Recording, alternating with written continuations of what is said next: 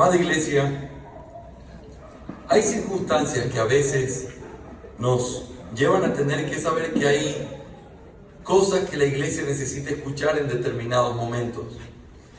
Y ustedes saben, cosas que hemos vivido en los días anteriores me han llevado a reflexionar, a pensar en la importancia que tiene el ser clarificado en nuestros corazones, en el de cada uno de ustedes y en el mío, el volver a recordarnos cuál es el verdadero ministerio que tiene una iglesia local. En esta noche yo voy a empezar esta serie de estudios, de sermones sobre este punto tan importante que es clarificar a la luz de la Escritura lo que el verdadero servicio es. En otras palabras, cuál es su responsabilidad y la mía al nosotros ser parte de una iglesia. ¿Cuál es nuestro trabajo? ¿A qué nos está llamando el Señor al nosotros estar aquí y ser parte de una iglesia local? Así que yo quiero pedirle que podamos orar y que le pidamos al Señor que este tiempo en el que vamos a meditar en algunos textos de su Escritura y sobre todo a tratar de tomar el principio que hay detrás de esto, nosotros podamos ser edificados para la gloria del Señor. Amén. Oremos al Señor. Gracias, Señor, por ser tan bueno con nosotros, por darnos el privilegio de reunirnos una vez más y poder invocar tu nombre, poder abrir tu palabra. Señor, tu iglesia es algo que tú has creado, que tú estableciste, que tú pusiste los principios que en ella deben regir. Y te pedimos que nos des luz, porque no anhelamos hacer nada novedoso, sino ser fieles a tu palabra. Y te pido, Señor, que tú nos dirijas, mientras tengo el privilegio de compartir esto con esta iglesia a la que sirvo con mi corazón. Te pido que tú nos enseñes, que tú nos motives a cada uno y que traigas paz a nuestras almas. Recibe toda la gloria, Señor. Te lo pedimos y suplicamos en el nombre de Cristo Jesús. Amén y amén.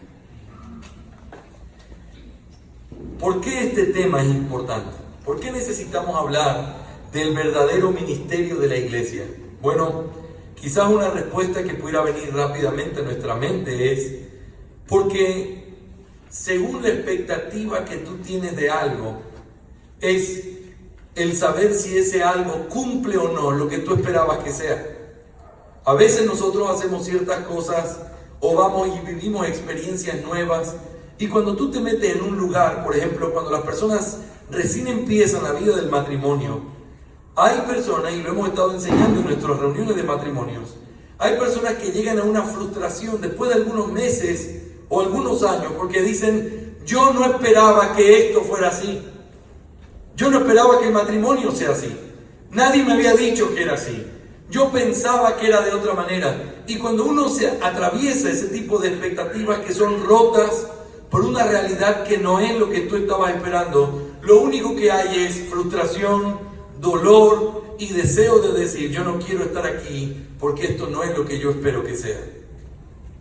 Así es en cada circunstancia nueva en la que nosotros atravesamos la línea. Nunca hemos estado ahí, de pronto somos parte de eso.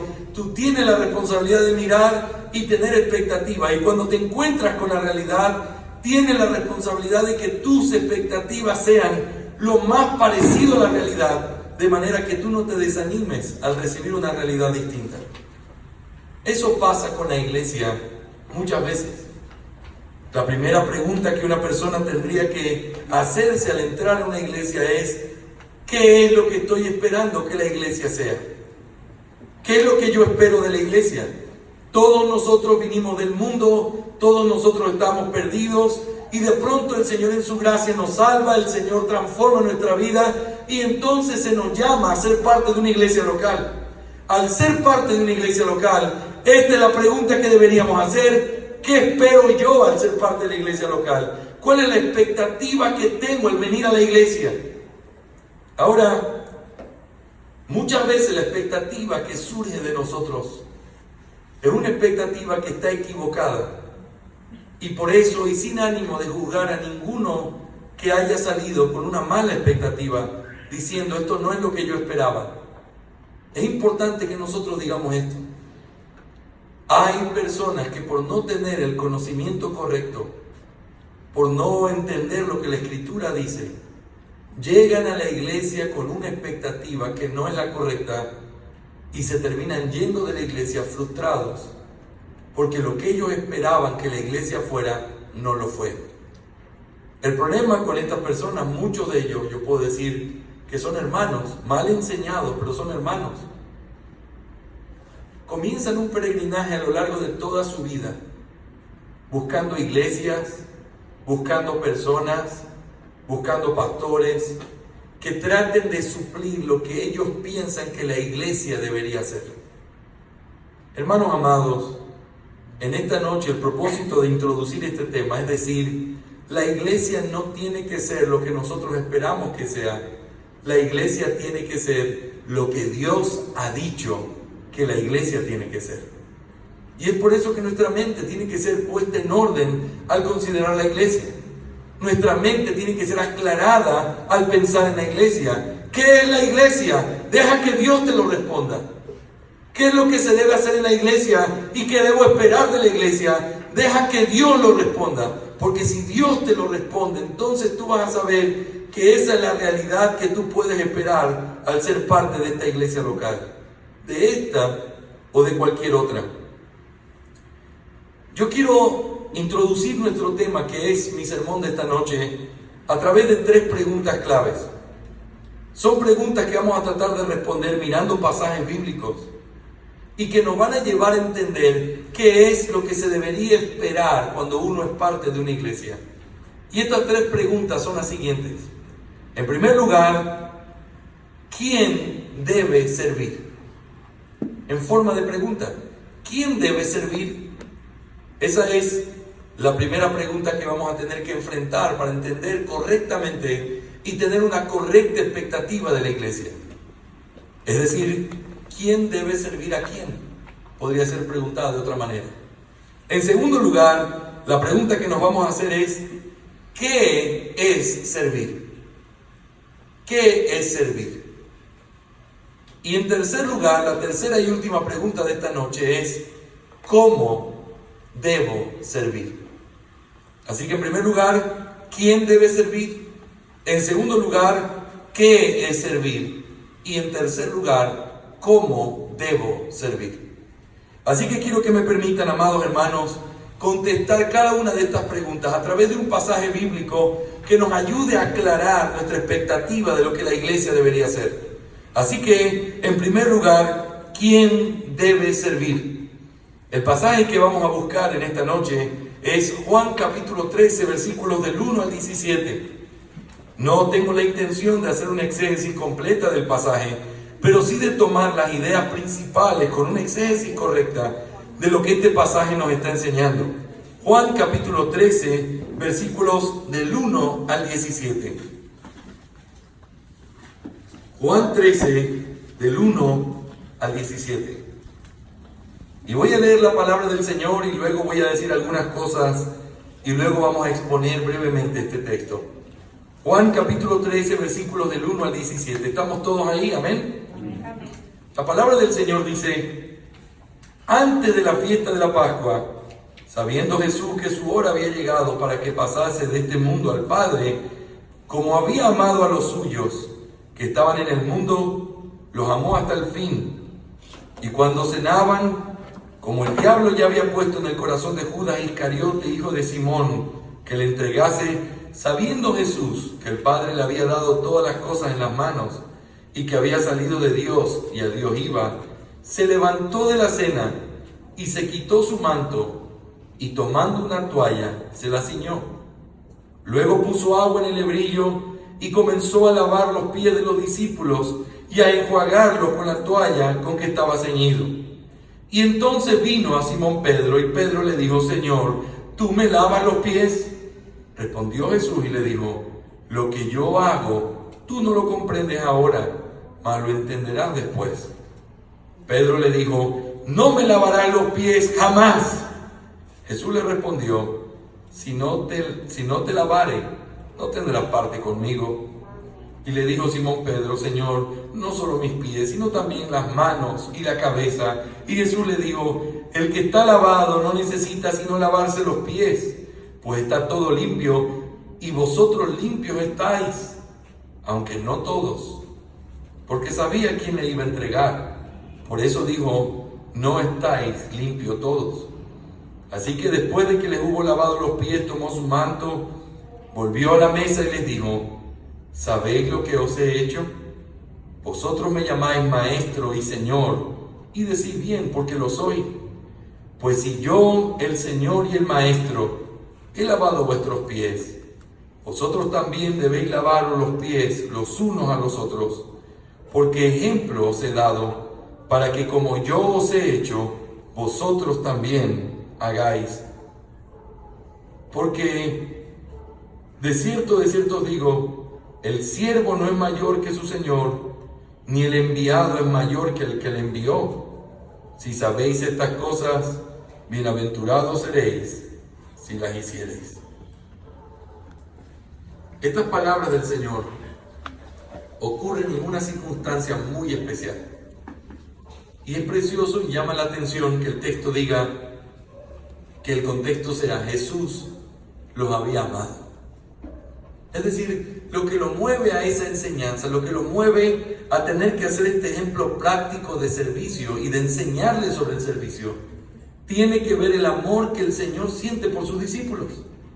Los amó hasta el fin y por eso en medio de la cena se levantó de la cena y se quitó su manto y se ciñó como se ciñen los siervos.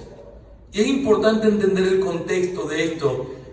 Toda casa, sobre todo la casa de los hombres ricos, tenían un siervo que estaba a la puerta y que ese siervo, cuando alguien llegaba, lo primero que hacía como una forma de gentileza era lavar los pies de todos los que entraban. ¿Y saben por qué? Porque la gente andaba en sandalias, las calles llenaban los pies de las personas de polvo, y por eso era que ellos tenían que ser lavados al entrar a una casa. Pero la gentileza se mostraba en que el siervo, quizás el de menos importancia, estaba en la puerta como alguien insignificante, listo para lavar los pies de aquellos que eran señores o gente más importante que él, y por eso se ponía en una posición de servicio y lavaba los pies y los secaba y permitía que entren. Muchas veces el anfitrión de la casa hacía también eso como una forma de gentileza. Pero les aseguro que nadie estaba esperando que el Señor haga eso. Y por supuesto vemos el incidente con Pedro. Pedro diciéndole, Pedro era campeón en ser necio a pesar de lo que el Señor le decía. El Señor tiene misericordia con Pedro y le dice, Pedro, lo que yo estoy haciendo tú no lo vas a entender ahora. Qué palabras de gracia, pero lo vas a entender. Pedro, hazme caso, confía en mí, deja que yo haga esto, tú quédate quieto, hoy tú no entiendes, pero un día lo vas a hacer.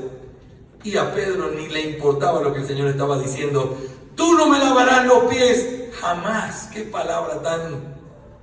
Y el Señor le dice, bueno Pedro, quiero decirte una cosa, si no te lavo los pies, entonces tú no tienes parte conmigo. Y otra vez, ese hombre que vivía guiado por su corazón, Señor, entonces, no solamente los pies, mis manos, mi cabeza. Imagínense la escena. El Señor le dice, no Pedro, y le hace otra aclaración. Los que ya han sido bañados o lavados completamente, no necesitan sino solamente lavarse los pies. Y eso, aunque no es el centro de nuestra enseñanza hoy, qué cosa tan maravillosa. En ese tiempo, la gente no tenía duchas en sus casas, porque el agua era escasa, se traía a través de acueductos, que son muy famosos en el Imperio Romano, y esos lugares llevaban a ciertos lugares públicos donde la gente se bañaba. Así que imagínese la escena, usted venía de su trabajo, iba a bañarse, iba a estos baños públicos. Alguna vez, por alguna razón estando en Cuenca, fui a unos baños públicos que habían, eran duchas para que la gente se pudiera bañar. Y me trajo a la memoria eso. Y entonces uno se baña y usted sale de ahí, pero lo que usted hace es que usted va caminando a su casa, sus pies se vuelven a ensuciar con el polvo. Así que en la puerta había otra vez el siervo, aunque usted ya estaba bañado, sus pies tenían que ser lavados. Y qué preciosa enseñanza de aquellos que ya han sido lavados, porque el Señor le dice, ya ustedes todos han sido lavados. hablando del perdón de los pecados, hablando de haber sido lavados por la sangre de Cristo, de una manera en forma de promesa, porque Cristo todavía no había muerto, pero ellos ya estaban lavados por la fe. Pero le dice, el que ya es lavado solo necesita lavarse los pies. Por eso, Pedro, no voy a acceder a lo que me estás pidiendo. Sin embargo, la enseñanza más importante que aparece aquí es lo que el Señor les dice: si yo, siendo su maestro y Señor, y cuando ustedes me llaman así, están haciendo bien porque lo soy, pero si yo he hecho esto, ¿cuánto más ustedes? Yo hago esto para que ustedes sigan mi ejemplo. Yo hago esto para que ustedes puedan hacer así como yo estoy haciendo. Ponerse como el más pequeño de todos y servir al resto, mostrando que ustedes se ponen como siervos del resto. De primera mano, esto es un concepto y eso es lo que los pastores debemos ser. Los pastores de ninguna manera es una abominación. Los pastores que se sirven de su iglesia, que se engrandecen por utilizar a las personas. Los pastores no somos eso. La naturaleza del pastorado es un servicio. Nosotros tenemos puesto aquí la toalla y nosotros estamos listos para servir a los hermanos.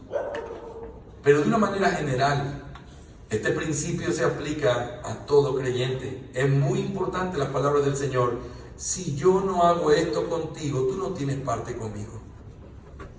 Es decir, yo lo hago con aquellos que son parte del pueblo, y luego dice, y aquellos con quienes lo he hecho, lo hago para que también lo puedan hacer con otros. La naturaleza del cristianismo, la naturaleza de haber nacido de nuevo, de ser seguidores de Cristo, tiene que ver con el servicio tal y como el Señor lo hizo.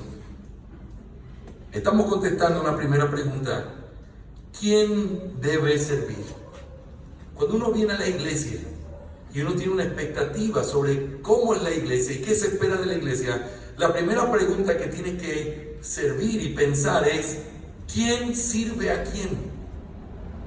Y entonces aquí hay dos cosas que me gustaría decirles el día de hoy. En primer lugar, nosotros necesitamos hacer un análisis del corazón humano para poder entender ciertas circunstancias. El corazón humano, en su estado natural, lo que busca es siempre su propio beneficio. Y esto lo podemos ver en todas las circunstancias de la vida. Usted recibe una llamada de teléfono de Claro o de Movistar diciéndole: mira, tenemos para ti este beneficio y tal otra cosa, y usted, como un comprador, está escuchando y usted va a elegir algo en base a su propio beneficio. Encontramos empleo cuando tenemos la oportunidad de buscar uno y buscamos cosas en base a nuestro beneficio. No hay nada malo en eso, es algo natural. Buscamos lo que nos conviene, buscamos vivir en un barrio que nos convenga, buscamos la persona que nos conviene. Todo el tiempo estamos buscando nuestra propia conveniencia. Eso es humano, eso es natural. Y es por eso que muchas personas, cuando van a lugares con esa mente humana, sobre todo después de haber nacido de nuevo, lo que ellos esperan de la iglesia tiene mucho que ver con ese mismo pensamiento del mundo natural. ¿Qué puedo recibir yo? ¿Cuál es mi beneficio con ser parte de la iglesia? ¿Cómo yo voy a ser bendecido? ¿O cuál es el beneficio que recibo si yo soy un miembro? Otra vez vuelvo a repetir, lejos de decir que esto es algo malo, vuelvo a decir, esto es algo natural. Es algo que fluye de nuestra propia naturaleza. Nuestro corazón, en su estado natural, es egoísta. Y en ese egoísmo buscamos nuestro propio beneficio. Nuestro corazón, en el estado natural, siempre hace muy pequeñitos los beneficios que recibe y hace tan grandes las cosas que no recibe. A veces hay personas quejándose, y vamos a hablar de cosas comunes y corrientes, simples. Usted se queja de su servicio celular. Mire, eso no sirve. ¿Qué servicio tiene usted tal? Esa empresa no vale. Y usted comienza a pensar, no vale significa, hace un mes que no tengo buena señal, pero de pronto usted se da cuenta que ha sido cliente por 10 años. Y en ese pensamiento humano, nosotros buscamos el beneficio propio sin importarnos el resto, porque lo que queremos es lo que nos toca a nosotros, lo que a nosotros nos hace bien. Así que no es raro encontrar en el mundo egoísmo, no es raro encontrar en el mundo que a la gente no le importa pisar al resto con tal de salir adelante, porque lo que están buscando es su propio beneficio. Pero hermanos amados, cuando nosotros nos encontramos con la iglesia, el primer principio que sale a la luz es que la iglesia no es como el mundo. Lo hemos estado analizando a través de Gálatas capítulo 5, al mirar las obras de la carne, mirar el fruto del Espíritu. Al comparar las dos cosas, lo primero que hemos dicho es, lo que fluye naturalmente de ti no es compatible con lo que se espera de ti como un creyente. Naturalmente fluye de ti gritería, naturalmente fluye de ti egoísmo, adulterio, naturalmente fluye de mí asesinato, homicidio. Eso es lo que sale del corazón. Pero cuando nos encontramos con este nuevo mundo, esta nueva naturaleza, nos damos cuenta que lo que se espera de nosotros es completamente distinto. Se espera mansedumbre, dominio propio, amor, paciencia. La naturaleza de la iglesia es una naturaleza espiritual. Por lo tanto, las personas espirituales no pueden esperar de la iglesia lo mismo que una persona del mundo espera en el mundo. Meditando en esta palabra, en este concepto, pensé en un discurso famoso de hace muchos años atrás de un presidente de los Estados Unidos llamado John F. Kennedy. Creo que fue el momento en el que él recibió la presidencia y él dio una frase que ha sido universalmente conocida. Una de las frases de su discurso fue como esto: no preguntes lo que tu nación puede hacer por ti, pregunta lo que tú puedes hacer por tu nación. Esas palabras, dichas por un hombre natural, dichas en un estado político, es precisamente el principio que está detrás de quién debe servir a quién. Cuando una persona entra en la iglesia, lo que tiene que saber en primer lugar es que a la iglesia uno no viene para ser servido, sino para servir. La naturaleza de este cuerpo no es cuántas personas se preocupan por mí, es por cuántas personas me puedo preocupar yo. No es cuántos beneficios recibí, sino cuántos son beneficiados con mi vida. ¿Cuántos son beneficiados con mis palabras, con mi ejemplo, con las cosas que yo tengo para dar? Hermanos, es una transformación de la mente, una transformación de la expectativa. Vuelvo a repetir, es natural. Y entendemos que hayan personas que se enfríe su alma al venir a una iglesia y decir, es que yo no recibí esto, a mí no me dieron esto, yo no tuve esto, esa iglesia de tal o cual manera. Es natural y ni siquiera estamos acusando ese pensamiento natural. Lo que quiero aclarar en esta noche por la Escritura es que la naturaleza de la iglesia, conformada por gente que ha nacido de nuevo, lo que esa gente piensa y espera de la iglesia no es lo que la gente natural espera del mundo. Lo que Cristo hizo esa noche fue en contra del concepto del mundo. Él es el Señor. Él es el Maestro. Él tuvo que haber sido lavado los pies por sus 12 apóstoles muchas veces, porque se lo debían, porque Él lo merecía, porque Él es Dios hecho carne. Pero no fue la escena que Él presentó. Siendo Dios, siendo Señor y siendo el Maestro, se ciñó la toalla, se sentó en el piso y comenzó a lavar los pies de aquellos que por esa actitud estaba mostrando lo que dijo más adelante, y lo hemos visto en Marcos capítulo 10 versículo 45.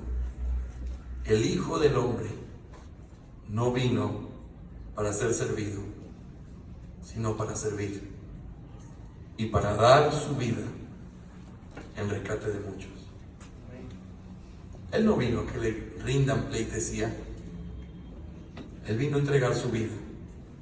La naturaleza de la iglesia está establecida sobre el ejemplo de nuestro Señor, sobre sus palabras. Nosotros debemos ser como el Maestro.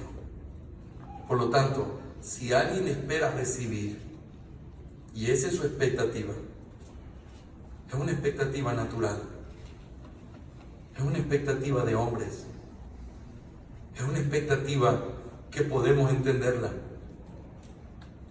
pero no es la expectativa de personas que han nacido de nuevo y que tienen a Cristo como Señor.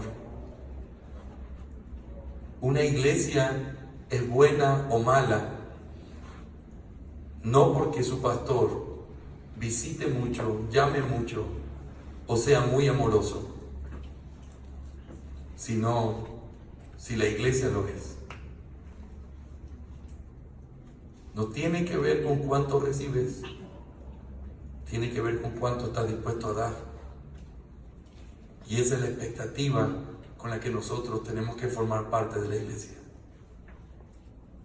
Amén, iglesia.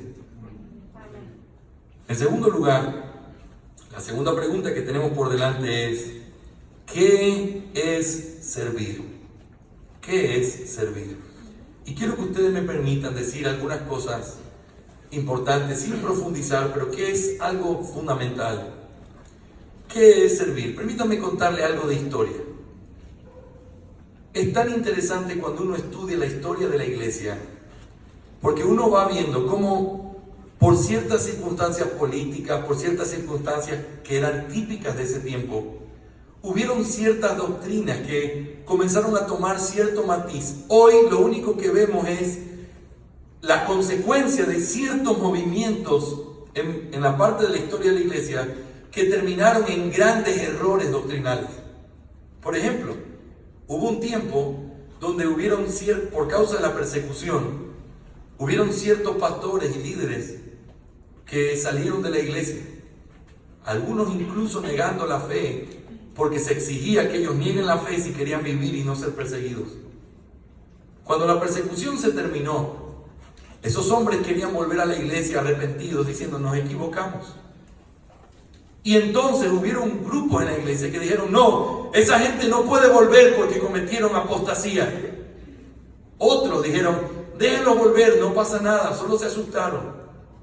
Pero otros dijeron: que vuelvan, pero los vamos a aceptar únicamente si ellos muestran frutos dignos de arrepentimiento. Quizás ustedes y yo diríamos: pastor, nosotros estaríamos de acuerdo con esa posición, porque alguien se pudo haber equivocado y puede tener la oportunidad de venir. El problema es que en esa apreciación, que fue una pequeña desviación de la doctrina original, con el paso de los años, de ahí surgieron las doctrinas de las indulgencias, el tener que hacer penitencia, el tener que recitar Ave María y Padre Nuestros. ¿Qué es lo que estaba de fondo? Tienen que mostrar que realmente están arrepentidos. Eso no era malo, pero esa desviación en la línea llevó a tremendos errores doctrinales. Ahora, eso es solo un ejemplo. Yo quiero hablarle de otro ejemplo el día de hoy. Es el ejemplo de un padre de la iglesia llamado Ignacio. Ignacio fue un hombre de Dios, fue pastor de una de las iglesias históricas, fue muy cercano a los discípulos, fue la generación siguiente. Pero Ignacio, y si usted se acuerda un poco de la historia de la iglesia, uno de los grandes problemas cuando los discípulos ya se fueron, murieron todos, fue en primer lugar el hecho de que no tenían la escritura todavía en su mano. Por lo tanto, se insertaron ciertos errores doctrinales porque no tenían todavía la escritura. Ya no estaban los dones del Espíritu de la época apostólica, pero no estaba la escritura todavía en la mano de la iglesia. Se filtraron errores. Pero por otro lado, uno de los grandes problemas tenía que ver con cómo se debería gobernar la iglesia. Escuchen lo que estoy diciendo, que esto es bien importante. Los apóstoles eran la autoridad suprema sobre la iglesia. Los apóstoles enseñaron en el Nuevo Testamento que la iglesia iba a quedar en manos de pastores y de diáconos, y que eso iban a ser los oficiales de la iglesia. los padres de la iglesia, que son los que vinieron después del tiempo apostólico, algunos no supieron cómo manejar eso y sin querer, porque eran hermanos verdaderos, cometieron errores que hasta el día de hoy vemos las consecuencias. Y lo que voy a decir ahora lo vemos en este concepto de la consecuencia. Ignacio llegó a enseñar que dentro de la iglesia debían haber 3 oficios. ¿Cuántos oficios deben ser según el Nuevo Testamento? Ancianos y diáconos. Pero él dijo, tiene que ser el obispo en singular, los ancianos en plural y los diáconos en plural. ¿Quién era el obispo? Seguramente era en un cuerpo de ancianos el que predicaba. Quizás era el líder más visible, y como él era el que predicaba, lo pusieron en una prominencia por encima de los ancianos. Así que el segundo error de Ignacio fue hacer esa exaltación del obispo sobre los ancianos, creando esto la antesala de lo que muchos años después se convertiría en el concepto de los obispos de diferentes ciudades y finalmente el obispo de Roma, quien llegó a ser conocido como el Papa. Estoy hablando muchos años antes de que eso pasara. Pero hubo un tercer error que cometió Ignacio en su entendimiento, que es lo que trae problemas con respecto al asunto del servicio en la iglesia. Ignacio fue el primer hombre en hacer una división entre el clero, es decir, los oficiales de la iglesia, aquellos que servían a Dios, y el laicado, o aquellos que eran simplemente parte del pueblo. Al hacer esa división, eso comenzó a moverse de tal manera que se convirtió en lo que nosotros vimos a lo largo de la historia y lo vemos el día de hoy. Cuando ustedes van a un templo católico, y quiero recordarles que estamos preguntando ¿qué es servir? Y por eso estoy diciendo esto. Cuando uno va a un templo católico, lo que significa la misa es no lo que el pueblo hace, sino lo que el sacerdote hace estando delante.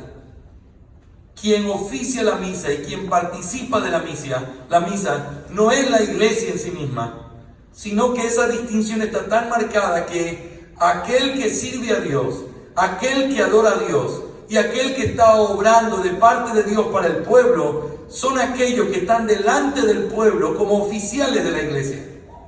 Esa marca hizo lo que quizá usted y yo practicamos. Ir a la iglesia católica el domingo, sentarse, escuchar la misa, pararse y salir y simplemente cumplir con una religión donde usted no tenía nada que ver con ese culto. Usted era simplemente un espectador de algo que estaba sucediendo allá adelante. Y usted estaba sentado mirando cómo un hombre servía a Dios mientras usted se congregaba porque usted era parte del pueblo. Ese concepto, lastimosamente, sigue tan aferrado al concepto evangélico el día de hoy que cuando uno pregunta ¿qué es servir?, la gente responde, son los que se paran aquí adelante. Servicio es predicar, servicio es cantar, servicio es hacer alguna cosa, ser líder de algún ministerio, trabajar en alguna circunstancia. Eso significa servir en la iglesia. Por eso es que muchas personas identifican el servicio con algo público para hacer, porque está dividido también en la mente de ellos. Ese es el pueblo. Estos no están sirviendo, estos no tienen parte del servicio, a menos que se paren aquí adelante y sean parte de los oficiales que están haciendo el verdadero servicio a Dios. Hermanos, ese pensamiento es una perversión de la idea cristiana en el seno de la iglesia católico romana, que ha influenciado grandemente a la iglesia evangélica. Hoy tenemos superestrellas en el mundo cristiano. Usted se ha escandalizado igual que yo al ver pastores que llegan con guardaespaldas a la iglesia, que tienen que salir por la puerta de atrás porque tienen que cuidar al ungido.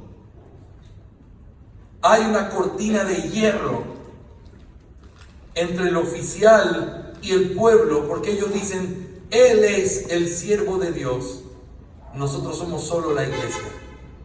Por eso es que cuando alguien pide servir, lo que se identifica como lo que él está queriendo hacer es tener que estar enfrente, porque ese es el único ministerio que la iglesia tiene. Pararse, adelante, dirigir, ser visto. El que quiere servir para ser visto está quebrantando el principio mismo del servicio. Porque el servicio no es ejercer autoridad sobre el resto, sino ponerte a su disposición. Servicio no es tratar de inflamar tu vanagloria. Servicio es utilizar los dones que Dios te dio para poder ponerlos al servicio de otros. ¿Qué es servir? No, en la iglesia de Cristo no hay una división entre oficiales y pueblo. Nosotros servimos, ustedes se sientan y escuchan. Y a menos que se paren y estén aquí adelante, ustedes no están sirviendo. Ese es un concepto católico romano, es pagano, no es cristiano. Y nosotros podemos notarlo en un aspecto muy sencillo. Quiero que miren conmigo rápidamente en Mateo capítulo 28, en lo que tiene que ver con la gran comisión. Mateo capítulo 28, versículos 19 y 20. Mateo 28, versículos 19 y 20. ¿Estamos ahí, iglesia? Amén. Por tanto, id y haced discípulos a todas las naciones, bautizándoles en el nombre del Padre, y del Hijo, y del Espíritu Santo, enseñándoles que guarden todas las cosas que os he mandado, y he aquí, yo estoy con vosotros todos los días hasta el fin del mundo. Quiero que me permita explicar este concepto de la siguiente manera. El Señor les está hablando a sus discípulos y les está encomendando la obra apostólica de ir y predicar el Evangelio hasta lo último de la tierra. Los apóstoles traspasan esa misión a la iglesia una vez que ellos salen de la escena y la iglesia toma la gran comisión, y todos estamos de acuerdo en que la gran comisión es el trabajo de la iglesia o el ministerio de la iglesia. Por lo tanto, la pregunta es, ¿quién tiene que servir a Dios y quién es capaz de cumplir la gran comisión? La respuesta es, no los pastores, la iglesia. La iglesia tiene parte en el servicio porque es la iglesia la que alcanza a otras personas. Es la iglesia la que invierte tiempo con otros hombres, discipulando, trabajando en sus vidas. Es la iglesia la que tiene que pararse al lado de otros, mientras estos aprenden todas las cosas que el Señor nos ha mandado. Hermanos amados, el trabajo y el servicio en la iglesia no es algo que hacen 2 o 3 personas que tienen un cargo público. El servicio en la iglesia es un trabajo que está o descansa sobre el corazón, las manos y la mente de cada uno de los que son parte de la iglesia. La iglesia no es un trabajo público, la iglesia tiene un trabajo de discipulado, de predicación, de enseñanza. Yo trato de hacer mi mejor esfuerzo por pararme delante de ustedes y enseñarles la palabra. Pero tengo que reconocer que el trabajo más eficaz al momento de formar un discípulo es sentarte con él y vivir con él de manera que él sepa cómo tú vives y que él trate de imitar lo que tú haces. Es tan fácil divorciar el concepto de yo hablo, ya hice ministerio, del concepto de yo tengo que vivir y ser para que tú sepas cómo yo tengo que ser y cómo tú tienes que ser para que me imites. ¿Acaso Pablo no dijo, sed como yo, imitadme a mí? Y luego decía, porque yo estoy tratando de imitar a Cristo. ¿Qué es servir? Es el trabajo que hace toda la iglesia. Es un trabajo de servir a otros sin necesidad de un púlpito, sin necesidad de que otros te vean, sin necesidad de que otros te reconozcan públicamente. Es ponerte a la disposición del resto y ser una bendición en sus vidas para que ellos puedan crecer y ser lo que solos no podrían llegar a hacer, porque te necesitan. Hermanos, hay serios problemas en mi mente cuando alguien me dice que quiere servir, pero no está dispuesto a servir a las personas en secreto. Tengo serios problemas en mi mente con un concepto de principios cristianos. Cuando alguien me dice que quiere servir, entendiendo que servir es pararse aquí adelante, cuando nunca ha tenido el tiempo de ir a visitar a alguien y bendecir su vida. El servicio no es reconocimiento. El servicio no es algo que hago para que los hombres me vean. El servicio tiene que ver con el trabajo silencioso de ser lo que yo tengo que ser en esta iglesia donde nos edificamos mutuamente. Hermanos, en esta iglesia hay servicio para todos. Porque en el momento en que usted fue parte de esta iglesia, usted es parte, un ladrillo de esta edificación. Y lo que usted tiene que hacer, usted tiene que hacerlo. El apóstol Pablo dijo que era como un cuerpo que estaba compuesto por muchos miembros. ¿Y cuál de los miembros del cuerpo no es importante? ¿O todos lo son? Significa que no son entonces solo los visibles. Y hay tantas cosas que uno pudiera decir sobre esto. La analogía del cuerpo nos enseña que un cuerpo fue desarrollado para crecer junto. Ustedes ven los adolescentes cómo a veces van creciendo. Les crecen los pies primero y tienen unos pies grandotes y su cuerpo todavía está pequeño. O les crecen los brazos o las orejas. Y uno dice, oye, pero ese cuerpo está un poco raro. Sí, que está en crecimiento, pero imagínense si siempre se mantuviera así. El cuerpo fue hecho por Dios para poder crecer juntos. No puede crecer una pierna externamente si internamente no crecen sus huesos. No puede crecer un cuerpo y tener la solidez de un cuerpo desarrollado si todas las partes que conforman ese cuerpo no crecen juntamente la una con la otra. Hermanos, no solamente que tenemos la responsabilidad de servirnos, sino que les voy a decir algo. Una iglesia donde sus partes no se sirven los unos a los otros es una iglesia que nunca va a crecer. Y no estamos hablando de crecimiento numérico. Los números no dicen nada. Los números pueden ser algo tan vacío. El verdadero crecimiento de la iglesia tiene que ver con una cabeza que trabaja para sus huesos, y los huesos trabajan para la piel, y la piel para los órganos, y todo se va desarrollando los unos con los otros. Aunque somos independientes el uno del otro, estamos tan conectados que no podemos crecer sin ayuda del otro. El servicio en la iglesia no es ser líder de algún grupo, o dirigir una casa de oración, o tener que dirigir la música en la iglesia. Quien espera eso para servir no entiende nada del servicio. El servicio no es tocar una guitarra, el servicio no es cantar, el servicio no es dirigir un culto, el servicio es ponerte a la disposición de otro y amarlo y ser paciente y ayudarlo en su crecimiento. Y si para sentir que estás sirviendo tienes que estar adelante, tienes un problema en tu alma. Tienes un problema en tu corazón y en tu mente. Porque no has entendido entonces la naturaleza de la iglesia.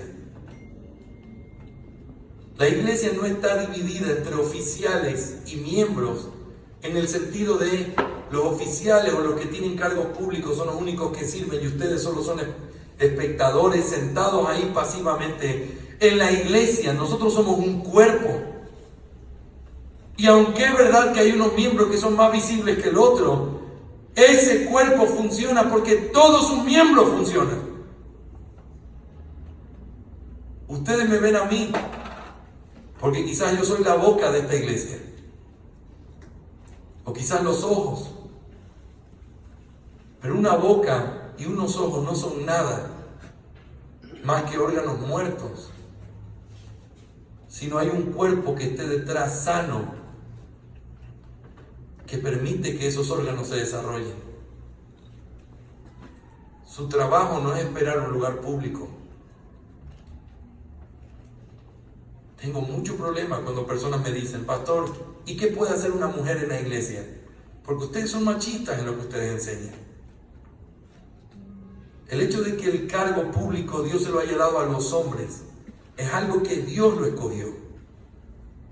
Pero cuando una mujer necesita un cargo público para poder servir, hay un problema con esa mujer. Porque en el Nuevo Testamento nosotros encontramos mujeres sabias que ayudaban a otras más jóvenes a aprender a vivir su vida cristiana y no necesitaban reconocimiento, lo tenían por causa de su trabajo, lo tenían por causa de su testimonio, lo tenían porque aunque nunca se paraban al frente, habían bendecido a tantas personas con su vida. Hermanos, en esta iglesia todos sirven, porque en esta iglesia y en la iglesia de Cristo en el mundo no hay una división entre los que sirven a Dios y los que se sientan a ver cómo otros sirven. Esto es un cuerpo donde todos tienen una función que hacer, y la función es ponerse a la disposición de otros para que de esa manera estos otros puedan crecer y cumplir sus responsabilidades. Mi tercera pregunta y última, que la voy a desarrollar a lo largo de todo nuestro estudio, es: ¿cómo debo servir? Hay tantas maneras en las que podemos servir, y vamos a mirarlo a lo largo de estos estudios. Hay muchísimos pasajes en el Nuevo Testamento que nos recuerdan el servicio que debemos hacer en la iglesia los unos con los otros. El Nuevo Testamento está lleno de esa expresión, los unos con los otros. Si quieres saber cuál es tu ministerio y cuál es la voluntad de Dios para tu vida, entonces cada vez que encuentres los unos con los otros, tienes que saber: eso es lo que se espera de ti. Y que el Señor nos dé vida y nos dé la fortaleza de poder estudiar fielmente este tema para que nuestra mente pueda ser cambiada. Quiero concluir en esta noche simplemente resumiendo lo que he dicho hoy en esta introducción. ¿Cuál es el verdadero ministerio de la iglesia? Y en ese verdadero ministerio de la iglesia hay una parte que es esencial, y la parte esencial es esta: es ¿cuál es la expectativa correcta con respecto al servicio en la iglesia? En primer lugar, nos hemos preguntado: ¿quién sirve a quién? Y la respuesta es: los que hemos sido salvados tenemos que servir a los otros. En segundo lugar, ¿qué es servicio? Hemos visto que no es una división entre unos y otros, sino el trabajo que cada uno de los miembros y partes de la iglesia tiene que hacerlo. Y en tercer lugar, ¿y cómo debo servir? El Nuevo Testamento está lleno de la forma en cómo nosotros servimos a los demás. Amén, iglesia. Espero que esto traiga luz sobre nuestra mente, que nos ayude a tener una perspectiva correcta, que nunca más seamos ligeros en pensar: es que nuestra iglesia tal cosa, es que a la iglesia le falta tal cosa, es que nuestra iglesia está de tal manera. Usted es parte del cuerpo, y si algo está mal con este cuerpo, usted tiene que ver también. Y si algo va a estar bien con este cuerpo, va a ser gracias al trabajo esforzado, silencioso, secreto, constante de hombres y mujeres fieles que hagan lo que Dios nos llamó a hacer. Amén. Vamos a orar y vamos a concluir. Amado Señor, gracias por tu palabra. Gracias por permitirnos reflexionar sobre este tema tan importante. Y te pido por tu gran misericordia, Señor, que tú nos permitas ser una iglesia fiel en entender y vivir lo que es el verdadero ministerio. Toda la gloria es tuya, Señor. Y a ti te alabamos con todo el corazón. Recibe nuestra alabanza en esta noche. Te lo pedimos en el nombre de Cristo Jesús. Amén. Amada iglesia, gracias.